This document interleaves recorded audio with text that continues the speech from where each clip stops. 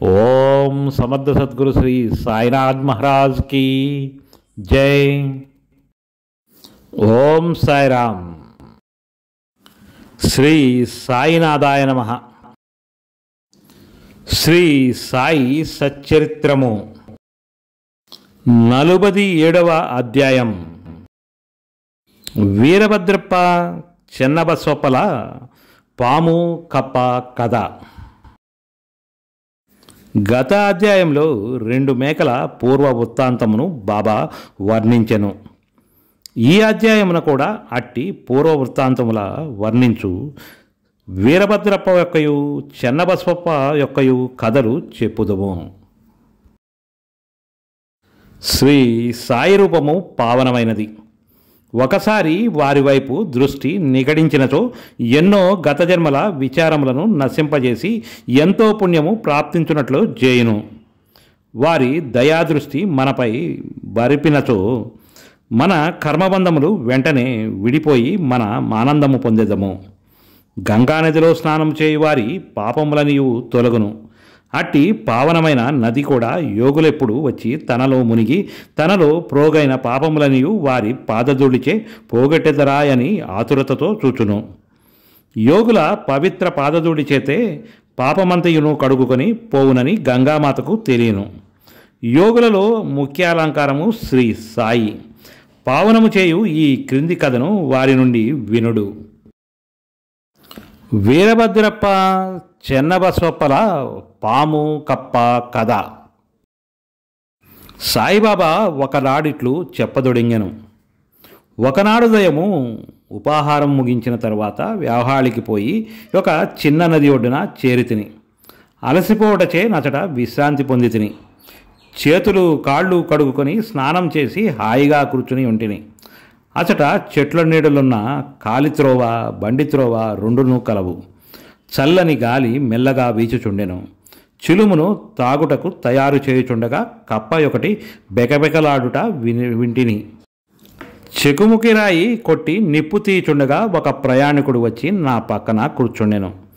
నాకు నమస్కరించి తన ఇంటికి భోజనముకు రమ్మని వినయంతో ఆహ్వానించెను।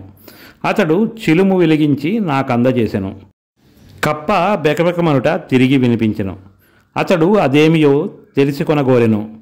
ఒక కప్ప తన పూర్వజన్మ పాపఫలము అనుభవించుచున్నదని చెప్పి తిని, గత జన్మలో చేసిన దాని ఫలితము నీ జన్మలో అనుభవించి తీరవలేను। దానిని గురించి దుఃఖించినచో ప్రయోజనము లేదు। వాడు చిలుమును పీల్చి నాకందచేసి తానే స్వయముగా పోయి చూచెదనని చెప్పెను। ఒక కప్ప పాముచే పట్టుకొనబడి అరచుచుండెననియు గత జన్మలో రెండును దుర్మార్గులేగాన ఈ జన్మయందు గత జన్మ యొక్క పాపమును ఈ దేహముతో అనుభవించుచున్నవనియు చెప్పి తిని, అతడు బయటకు పోయి ఒక నల్లని పెద్ద పాము ఒక కప్పను నోటితో పట్టుకుని యుండుట చూచెను। అతడు నా దగ్గరకు వచ్చి 10-12 నిమిషాలలో పాము కప్పను మింగునని చెప్పెను। నేనిట్లాంటిని, లేదు అట్లు జరగనేరదు, నేను దాని తండ్రిని రక్షకుడను, నేనిచ్చటనే ఉన్నాను, పాముచే కప్పనెట్లు తినిపించదను, నేనిక్కడ ఊరకనే ఉన్నానా, దాని నెట్లు విడిపించదనో చూడు। చిలుము పీల్చిన పిమ్మట మేము ఆ స్థలమునకు పోతిమి। అతడు భయపడెను, నన్ను కూడా దగ్గరకు పోవద్దని హెచ్చరించెను। పాము మీదపడి కరుచునని వాని భయము। అతని మాట లెక్క చేయక నేను ముందుకు పోయి ఇట్లాంటిని, ఓ వీరభద్రప్ప, నీ శత్రువు చెన్నబసవప్ప కప్ప జన్మమెత్తి ప్రత్యాతపడుట లేదా? నీవు సర్పజన్మమెత్తినప్పటికీ వాని యందు శత్రుత్వము వహించి ఉన్నావా? ఛీ, సిగ్గు లేదా? మీ ద్వేషములను విడిచి శాంతింపుడు। ఈ మాటలు విని ఆ సర్పము కప్పను వెంటనే విడిచి నీటిలో మునిగి అదృశ్యమయ్యను। కప్ప కూడా గంతు వేసి చెట్ల పొదల్లో దాగెను।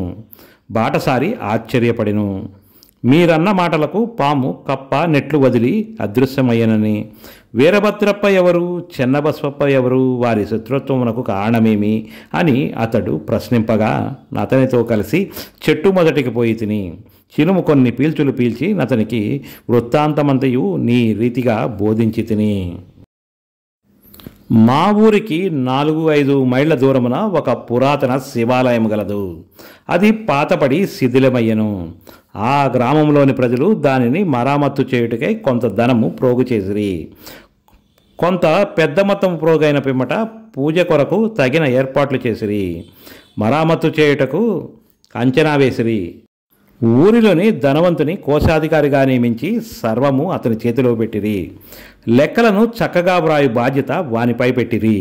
వాడు పరమలోభి. దేవాలయము బాగు చేయుటకు చాలా తక్కువ వ్యయము చేసెను. దేవాలయంలో నేమియు అభివృద్ధి కానరాలేదు. అతడు ధనవంతయును ఖర్చు పెట్టెను. కొంత తాను మృంగెను. తన సొంత డబ్బు కొంచెమైనను దానికై వెచ్చించలేదు. తీయని మాటలు చెప్పువాడు, అభివృద్ధి కాకుండాటకే కారణములు చెప్పేడివాడు. గ్రామస్తులు తిరిగి వాని వద్దకు పోయి అతడు సొంతముగా తగిన సహాయము చేయని ఎడల మందిరము అభివృద్ధి కాదని చెప్పిరి. వాని అంచనా ప్రకారము పని సాగించవలసినదని చెప్పుచు మరికొంత ద్రవ్యమును వసూలు చేసి అతనికిచ్చిరి. వాడా ధనమును పుచ్చుకొని పూర్వం వల్లనే యువరకే కూర్చుండెను. కొన్నాళ్ల పిమ్మట మహాదేవుడు వాని భార్యకు కలలో కనిపించి ఇట్లు చెప్పెను: నీవు లేచి దేవాలయపు శిఖరమును గట్టుము. నీవు ఖర్చు పెట్టిన దానికి 100 రెట్లిచ్చెదను. ఆమె ఆ దృశ్యమును తన భర్తకు చెప్పెను. అది ధనము వ్యయమగుటకు హేతువగునేమో అని భయపడి ఎగతాళి చేయుచు అది ఉత్త స్వప్నమనియు దానిని నమ్మనవసరం లేదనియు, లేకున్నచో దేవుడు తనకు స్వప్నములో గనపడి ఎలా చెప్పలేదనియు, తాను మాత్రం దగ్గర లేకుండెనా అనియు, ఇది దుస్వప్నం వలె కనిపించుచున్నదనియు, భార్యాభర్తలకు విరోధము కల్పించున్నట్లుగా తోచుచున్నదనియు అతడు సమాధానం చెప్పెను. అందుచే ఆమె ఊరుకొనవలసి వచ్చెను. దాతలను బాధించి వసూలు చేయు పెద్ద మొత్తము చందాలు ఎందు దేవునకు ఇష్టముండదు. భక్తితోనూ ప్రేమతోనూ మన్ననతోనూ ఇచ్చిన చిన్న చిన్న మొత్తములకైనను దైవము ఇష్టపడును. కొన్ని దినముల పిమ్మట దేవుడు ఆమెకు స్వప్నంలో తిరిగి కనిపించి ఇట్లనెను: భర్త దగ్గరున్న చందాల గురించి చికాకు చెందన అవసరం లేదు. దేవాలయము నిమిత్తమేమైనా వ్యయము చేయమని అతనిని బలవంతము చేయవద్దు. నాకు కావలసినవి భక్తి మరియు సద్భావము. కాబట్టి నీకిష్టమున్న సొంతముదేదైనా ఇవ్వవలెను. ఆమె తన భర్తతో సంప్రదించి తన తండ్రి తనకిచ్చిన బంగారు నగలు దానం చేయ నిశ్చయించెను. ఆ లోబి ఈ సంగతి విని చికాకు చెంది భగవంతుని కూడా మోసం చేయ నిశ్చయించుకునెను. ఆమె నగలనెంతో తక్కువ ధర కట్టి 1000 రూపాయలకు తానే కొని నగదుకు బదులుగా ఒక పొలమును దేవాదేయముగా నిచ్చెను. అందులకు భార్య సమ్మతించెను. ఆ పొలము వాని సొంతము కాదు. అది ఒక పేదరాలకు డుబ్కి అనునామిది. ఆమె దానిని 200 రూపాయలకు కుదవ పెట్టి ఉండెను. ఆమె దానిని తీర్చలేకపోయెను. ఆ టక్కరిలోబి తన భార్యను, డుబ్కీని, దైవమును అందరినీ మోసగించెను. ఆ నేల పనికిరానిది, సాగులో లేనిది, దాని విలువ చాలా తక్కువ, దానివల్ల ఆదాయమేమీ లేదు. ఈ వ్యవహారం ఇట్లు సమర్థి చెందెను. ఆ పొలమును పూజారి ఆధీనంలో నుంచిరి. అందులకతడు సంతసించెను. కొన్నాళ్లకు ఒక చిత్రము జరిగెను. గొప్ప తుఫాను సంభవించెను. కుంభవృష్టి కురిసెను. లోబి ఇంటికి పిడుగుపాటు తగిలి వాడు వాని భార్య చనిపోయిరి. డుబ్కి కాలగతి చెందెను.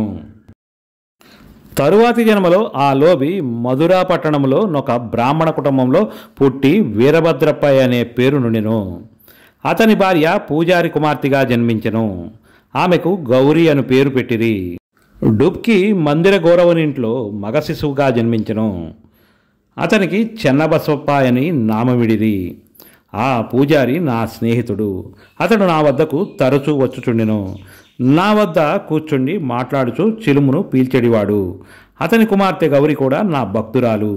ఆమె త్వరగా ఎదుగుచుండెను. ఆమె తండ్రి వరుణుకై వెదుకుచుండెను. ఆ విషయమై చికాకు పడనవసరం లేదనియు, ఆమె భర్త తానే వెతుకుకొని వచ్చుననియు నేను చెప్పి తిని. కొన్నాళ్లకు వీరభద్రప్పయను ఒక బీద బ్రాహ్మణ బాలుడు భిక్షకై పూజారి ఇంటికి వచ్చెను. పూజారి నా సమ్మతి ప్రకారం వానికి గౌరినిచ్చి పెండ్లి చేసెను. అతడు కూడా నా భక్తుడయ్యెను. ఏలన పిల్లను కుదిర్చితినని అతడు నా యందు విశ్వాసము చూపుచుండెను. వాడు ఈ జన్మలో కూడా ధనమునుకై మిగుల తాపత్రయపడుచుండెను.